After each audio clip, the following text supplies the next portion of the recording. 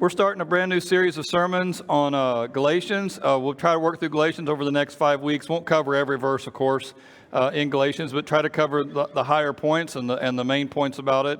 And one of the first things that I saw in the book is this emphasis in Galatians about how important it is to focus back on Jesus, which seems like a crazy thing that needs to be emphasized, but it does sometimes. And even in our day, it's the kind of thing we can forget about. I was listening to a podcast the other day, and the host, Joe Rogan, is not a Christian, but he was talking real positively about Christian ideas. Like, you know, that some things that as you know, are taught in church and taught in Christianity, and he was real positive about it. And I noticed that kind of being a trend here lately, that he would do that. Jordan Peterson's another guy like that. Jordan Peterson will talk about things, and he'll mention things that sound kind of Christian. But if you ask him, he's not a Christian. He doesn't believe in it, but he thinks there's a lot of good to it, and he thinks we would be better off knowing some of that stuff. One of my favorite authors, a guy named Tom Holland, he also has a podcast, and I try to listen to that. He does that. He does that too, that same idea. He'll say that Christianity has just been a great influence in Western civilization, and we wouldn't be Western civilization without all of Christian influence. And there's a lot about Christian influence that we should be grateful for, and yet he doesn't believe it. As far as being real or true, he thinks we should all learn about it, but it's not necessarily something that he's a Christian. And it's just interesting to me that you're seeing more people do that will come out and say, oh, I just like a lot of what, you know, like forgiveness and loving one another and being gentle even to the poor and the oppressed. Those are great things. We should do that. But then you'll say, well, do you believe in Jesus? No, I don't believe in Jesus. But I really like some of his ideas. He's a great teacher. And Galatians, at least a little bit there at the beginning, kind of addresses that. It kind of gets in there, that there's no other gospel except a gospel that focuses intensely and primarily on Jesus. It's not just a bunch of rules. Now, the problem in Galatians, the problem that they were dealing with is Old Testament rules. Can we take some of the Old Testament rules and bring them to the New Testament? And do we have to obey those Old Testament rules? And they were debating about that. And if you're careful enough about your diet, if you're careful enough about different Sabbath regulations or different circumcision regulations, is that enough to be saved? And you do that too. And Paul's really upset about that. But it's not just that kind of stuff that's the issue. It's whenever you take any sort of rule or any sort of a system or philosophy and make that the most important thing. Christianity was never really about that, rules. It's kind of a bad rep that we've got. It's not really about that, or at least I don't think it's supposed to be. There was a atheist group a few years ago, it's probably 10 years ago now, that had a campaign, and they put billboards up and on buses and stuff, and it said, "You can be good without God," which is true. For sure you can, especially if you kind of define good as being, are you kind to orphans and dogs, and do you vote, you know, in a certain way and those kind of things? Well, then sure, yeah. I mean, you could clearly be good without God, and there are people even in the church sometimes who think, well, that's the goal then, right? That Jesus came to make us good, and if I'm really good, then that's all Jesus wants, and it's good to be good, not against being good. It's good to be good. But that ultimately is not the main reason that Jesus came. He didn't come just to turn bad people into good people. In fact, in Matthew 22, when he's talking about the great banquet, which is kind of a picture of heaven, he says, go out and bring in the good and the bad. Right? There'll be some bad people in heaven, which is good news for some of us, if you're a bad person, that some of the bad people are going to be in heaven too. It was never necessarily about getting all the rules 100% right. It was just about trusting Jesus. That was always the deal. And you really can't have the faith without that part. If you take Jesus out of it and that continual trust of Jesus, then it's not really the gospel anymore. I don't know what it is, but it's something else. It's in the gospel that I know why I'm here, and I know what I'm supposed to do, and I know that I have value. I know that I'll go to heaven one day, but I know that I have an obligation to transform this world now. And I know that because I look at Jesus, and I see how he acted, and I know that's what I'm supposed to do. When you think about the story of Jesus, we see him come, and he does some teaching for sure, and he lays down some rules, no question about it. But he's kind to people who break the rules. The tax collectors and the mob bosses and the prostitutes, they all are interested in what Jesus has to say. And a lot of them come and they tie themselves to Jesus, so much so that they'll say about you, he's a friend of gluttons and drunkards. He's a friend of sinners. I mean, they can't understand why Jesus will spend time with people who so clearly and so obviously are breaking the rules. One day, after 3 or 4 years of some long teaching on this thing, the authorities, who are very much vested in keeping the rules, get tired of Jesus and they crucify him. But even that, Jesus says, is not random. He came to be crucified. That's why he came. And in his laying his life down, in some way I identify with that. And my sins are nailed to that cross. He pays for me on that cross. And when he comes back from the grave, I mean, I can look at that as a proof of the things he said being real, but it's not just a proof. Because he came out of the grave in some way, I came out of that grave too. And I've been born into new life. The song we sang earlier, where was that here? Hang on. Come thou fount. That song we sang earlier. Listen to some of these lyrics here.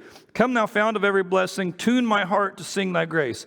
Even the part about it's his grace and him that brings me into where I can even do it to begin with. I ask God to tune me so I can sing his grace. He gives me the strength to do the rules. If I take my eyes off of him and trust off of him, I can't do it. He says, hither by thy help I've come, and I hope by thy good pleasure safely to arrive at home. It's him that takes me there.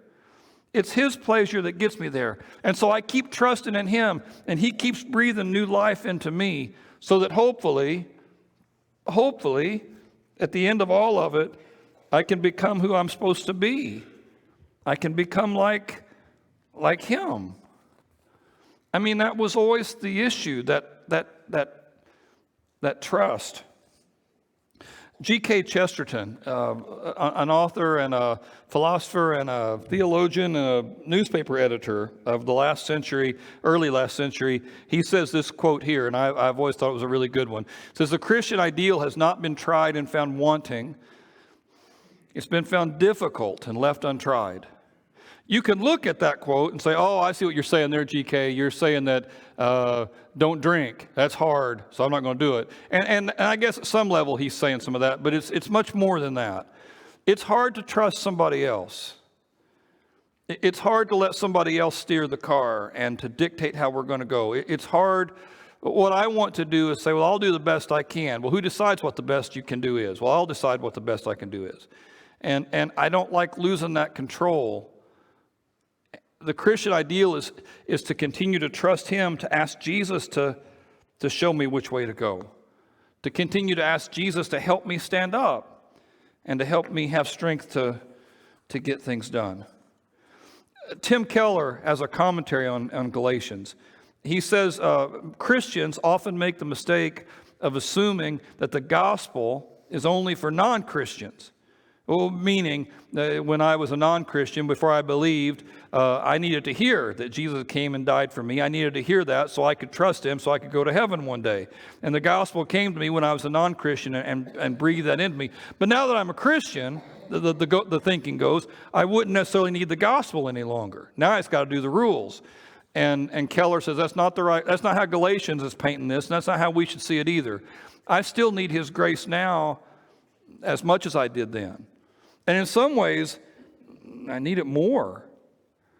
I mean, I just had a birthday last week, and I've been Christian for a long time, and I feel like I'm in some ways not closer than I ever. I mean, I'm still figuring this out. And there's times, even in the last week, there's been things that happened and it made my faith wane and ebb a little bit. And it was hard to kind of see what God was doing. God is sure hard to trust you in this moment. And again, I need the gospel. I need to remember what Jesus did for me. I need to remember who he is. And to realize that his ways and my ways aren't always the same. And sometimes he'll take me someplace that I don't want to go. And I can't pick and choose, because it's not like other things. You know, it's at this point right here that the gospel is different than than what Aristotle would teach, or Socrates, or Jordan Peterson for that matter. It's different than another great teacher. Because with other teachers, I can pick and choose. Well, I like this part. I don't really care for that. I'll do this thing and that thing, and maybe I'll get something out of it. Like if I have a physical trainer, and he says, you want to get in shape? Oh, yeah, I want to get in shape. Okay, well, you need to do these exercises, and you need to stop eating these foods. I like those foods. I say to the well, you got to quit eating those foods. And I'm not going to quit eating those foods, I don't think. Maybe I'll eat less of them, maybe, but I'm not going to quit eating those foods. Well, you got to. Well, I'm not going to. Well, at least do the exercises. And if I just do the exercises, I won't get to where I could be, but I'll still see some growth. I'll still see some improvement. You can be good without a physical trainer. You can be good without God. And I can take certain parts of Christianity and say, well, I'll do that and that and that. I'll do these things, but I don't know if I want to do all of it or not. But that's not the gospel. In that scenario, then I'm in charge. And I'm only trusting my own self. I've got to trust him. I've got to trust that he knows the right things and the way that I'm supposed to go. God has more in mind for me than heaven. And he's got more in mind for you than heaven. He wants to change us. He wants us to be like him. And wonder of wonders, when I do that, that's the good life. When I really throw myself into what he wants, my head starts to change. The world starts to make more sense. It's easier to love. It's easier to show compassion. It's easier to show grace. Sometimes I'll run into some snags, but when I trust him, my focus is on him. It's counter to what the culture says is the good life. Hang on, I'm getting ahead of myself. So Paul talks about all that. I'm going to come back to that in a second. Paul talks about this notion that if we really want to be, it's not even so much that I can be good without God. I can't be me without God. At least not the me that I'm supposed to be. The me that I was destined to be. I need Jesus in there for that. I need the gospel in there for that. And that's what Galatians is about, and we're going to cover it for the next few weeks. Today, we'll just start with the beginning of the letter. It starts off, if I wrote you a letter, I'd write the whole letter, and at the end of it, sign my name, yours truly, Jeff, or sincerely yours, or your friend, or whatever, and Jeff. But in ancient times, there's always the name first. And so Paul, he says, and he introduces himself immediately as an apostle, which means literally one who's sent, but it also kind of means an agent or a representative. I'm here representing Jesus. And I guess at some level as Christians, we all represent Jesus, but apostles much, much more than that. Ephesians 2:20 says the whole church is built on the foundation of their teaching. And so Paul says, I'm here with a gospel that was, what's he say? Sent not from men or by a man, but by Jesus Christ and God the Father, who raised him from the dead. So no guy gave me this gospel. No guy gave me this message. Jesus did. And I'm his direct representative. I'm his direct messenger. And the message I have for you is straight from him, he says. And he writes it to the churches in Galatia. And the Galatians, that area is modern day Turkey. And the Romans called it Galatia because the Gauls from France and Germany had come down and settled in that area. So the Gauls, Galatia, that's where what they called it. And so Paul writes to all these churches and says, grace and peace to you from God our Father and Lord Jesus Christ. Lord Jesus Christ, who gave himself for our sins to rescue us from this present evil age, according to the will of God the Father, to whom be glory forever and ever. This present evil age is an interesting thing. When Paul writes that, he says the whole culture of the world is trying to take you a different direction than God. And that's still true today. You see it differently, of course, today than then, but it's still true today. This present evil age says that you can have the good life without God. And that the good life is at some level something that you control. All advertising works on that premise. It does. There's a beer commercial right now that says there's two guys drinking beer on a lawn chairs out in front of their house, but they don't drink it on camera, and that's the joke. And you can't drink it till the commercial's over. And they start to drink, but the commercial, and I didn't know that was a rule, but the beer companies, they hold themselves to that because they don't want to accidentally give people the impression you could drink irresponsibly. So you never see someone drink it on the commercial, which is interesting. Because you don't need to show that to sell beer, right? What they're trying to sell you has very little to do with how the beer actually tastes or how it will feel in your mouth or how you will, that doesn't mean, right? Doesn't matter. And it's not even about how you feel afterward. They don't sell you that either. What the commercial sells you is this picture of you with your buddies around a campfire or after a ball game or a bunch of you and your friends are just hanging out, and it's a sunny day, and then there's a beer involved. And the message they want to put in your head is, if you had beer, then you would have the kind of good life they have. And you might think, I'm too smart to fall for something like that. But there's guys betting billions of dollars every year that you're not smarter than that. If I decide to buy some new clothes, I look at the advertisement on the clothes, and there's somebody who looks a lot better than I'll ever look wearing the outfit I'm thinking about.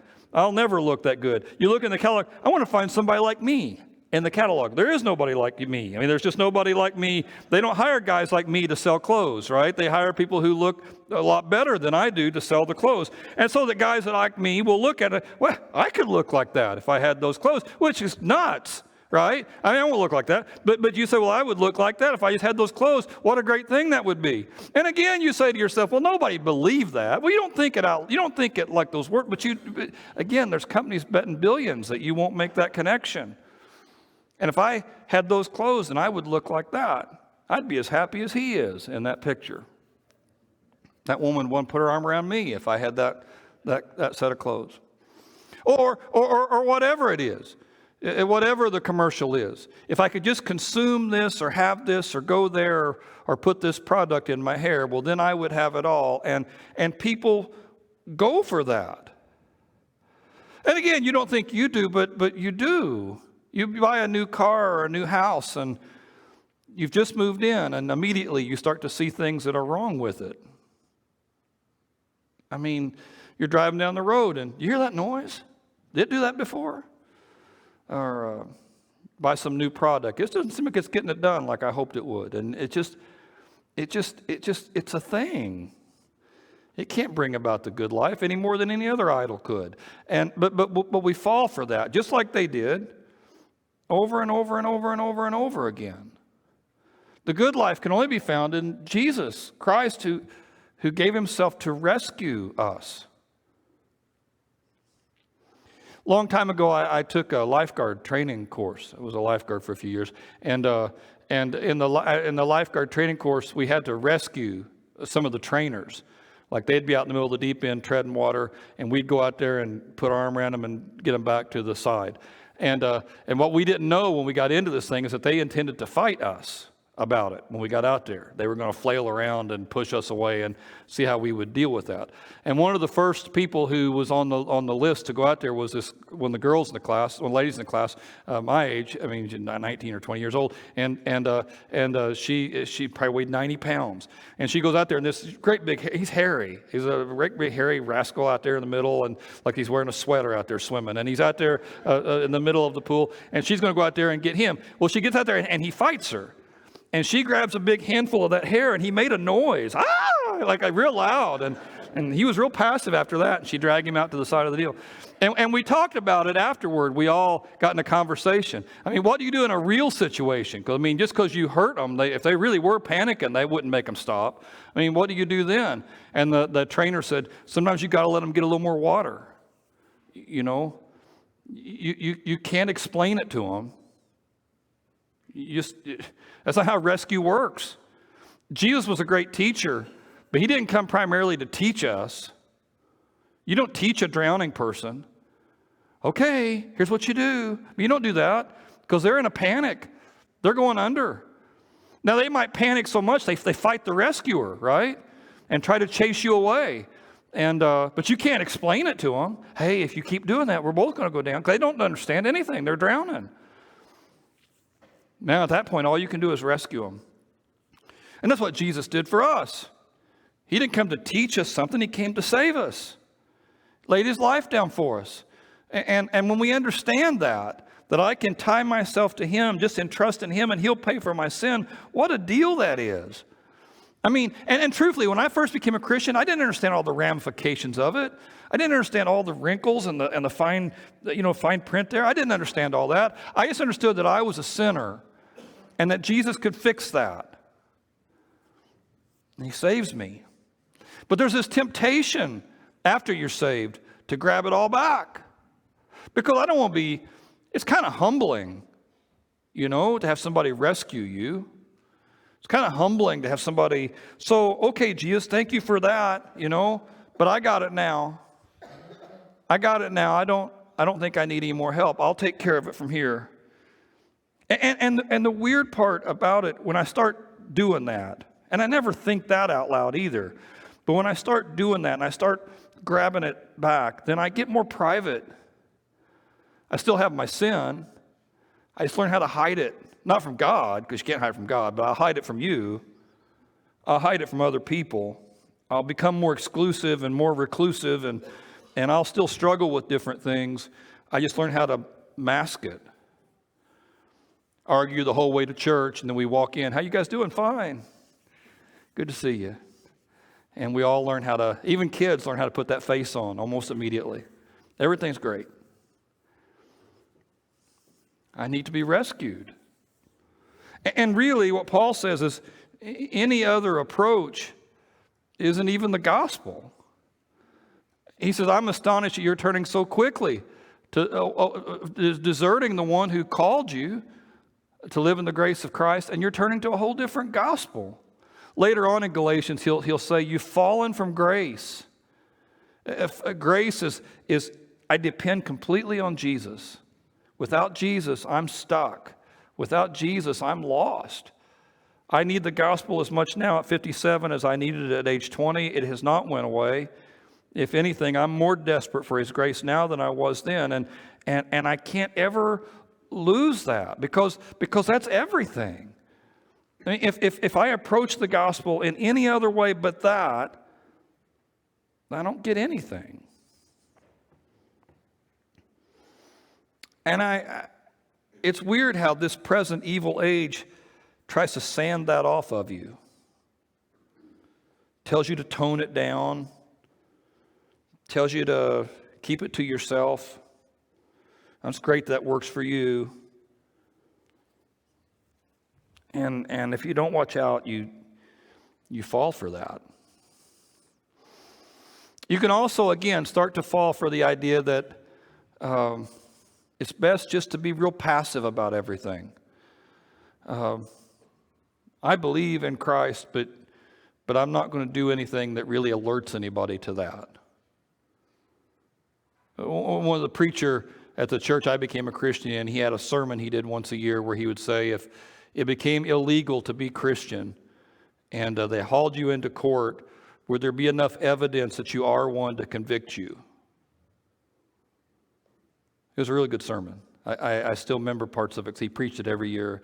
If it was illegal to be Christian and they hauled you into court, this guy's a Christian, well, prove it. Would there be any evidence? Because a lot of Christians settle for just being good without God. And you can be good without God. You learn to vote a certain way and keep your yard up and get your kids involved in different programs and smile when you walk into church, and then all the other stuff, we don't worry about it, and it's not the gospel either.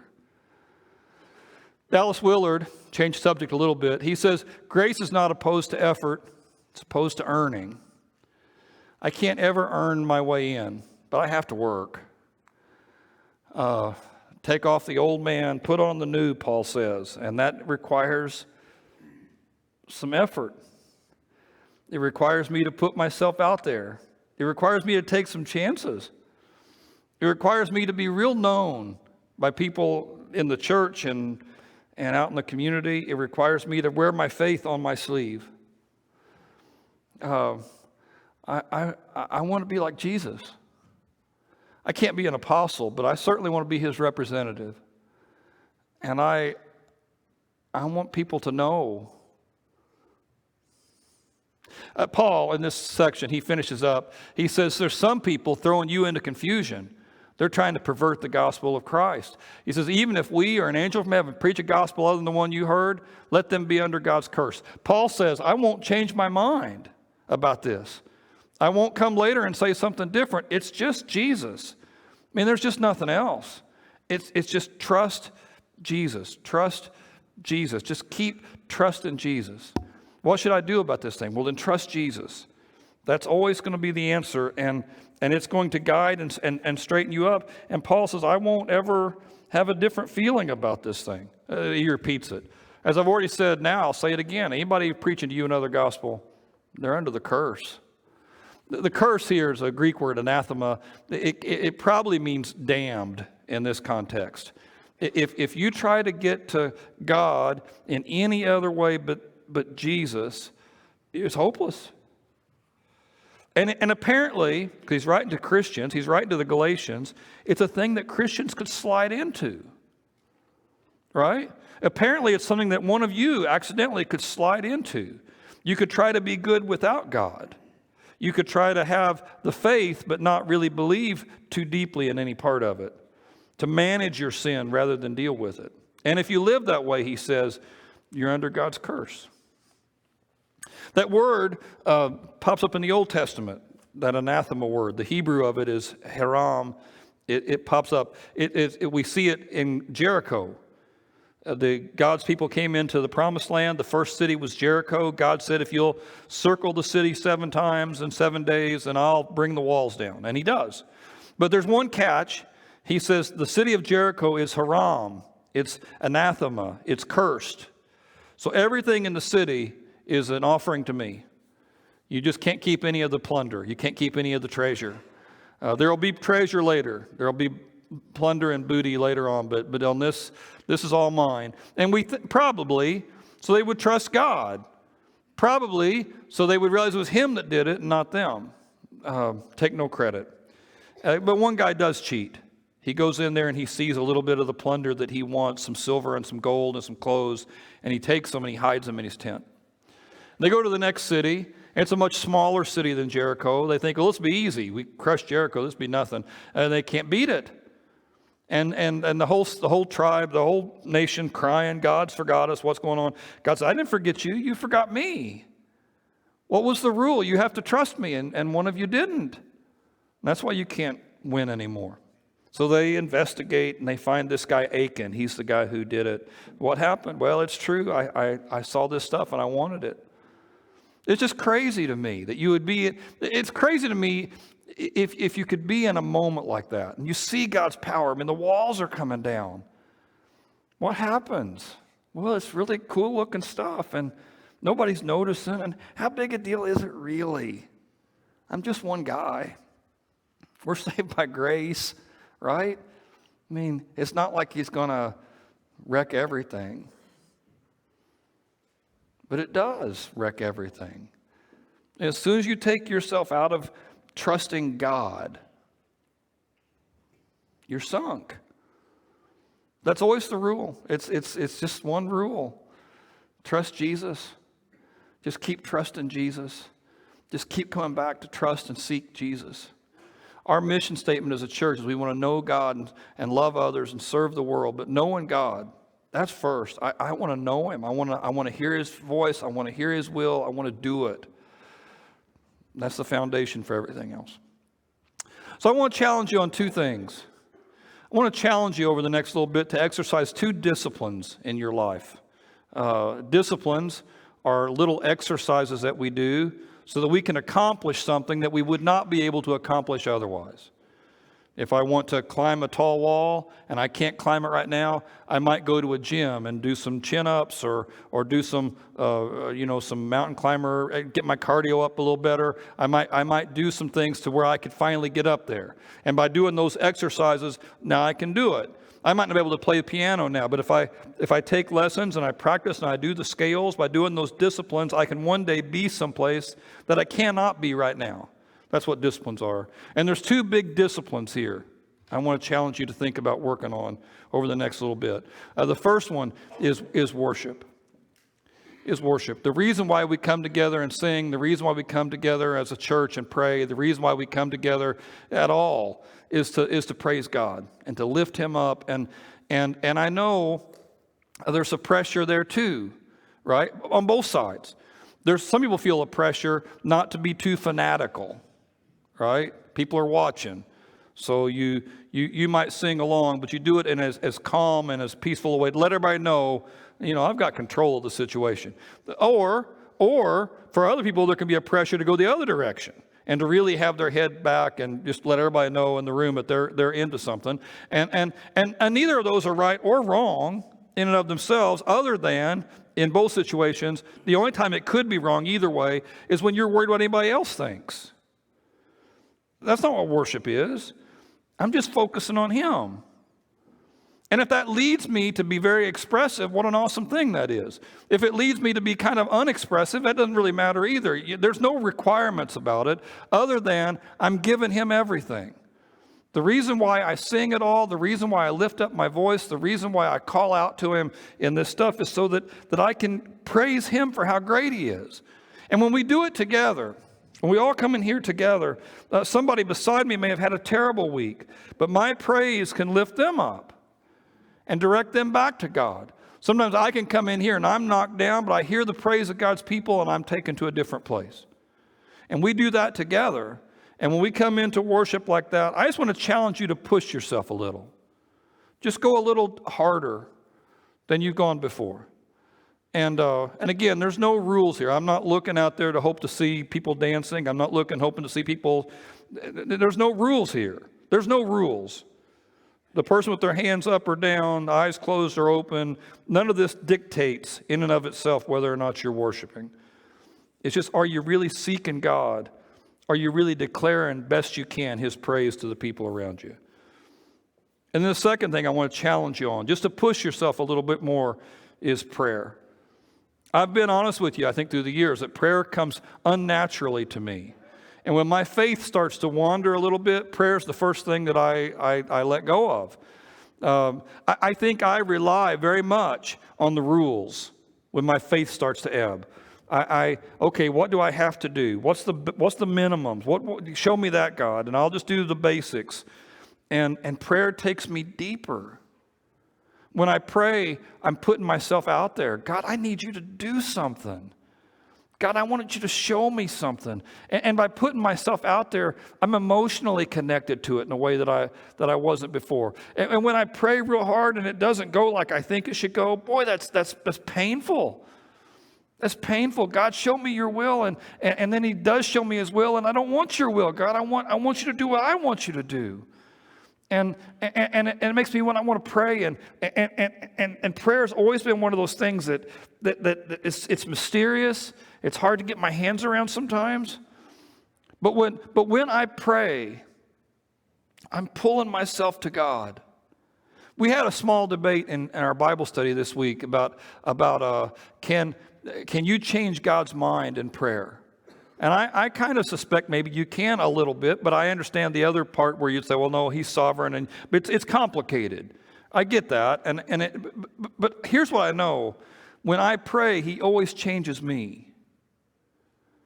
I always change. And so I want to challenge you this week to pray more. And if you have to be kind of rules focused to get in the habit of it, put it on your phone to remind you at a certain time or something like that, okay. I mean, do what you have to do, but I just want to challenge you. And it's not about you praying a certain amount of time, just more. Just more. What do I pray about? Well, you pray about your family. You pray about your friends. You pray about the things that are going wrong. Surely there's others out there are things that are going wrong. Pray about those things. Pray about the people you know at the church who are going through some hard times. And if you don't know anybody at the church going through hard times, pray that you meet some people at the church who are going through hard times. Ask God to open your eyes to this world. It's a present evil age, but it can feel so comfortable. And I can lose track of what I'm supposed to be about. Ask God to change your heart. Just more. Those two things, worship and prayer. What Galatians is going to tell us is we need to tune ourselves more into God's Spirit. So over the next few weeks, I just want to challenge you to do a little more in worship and prayer. And let's make that offering to God. Let's trust Him more, and let's see what He might do with us. All right, stand up here with me. I'm going to have the guys come back in, the band.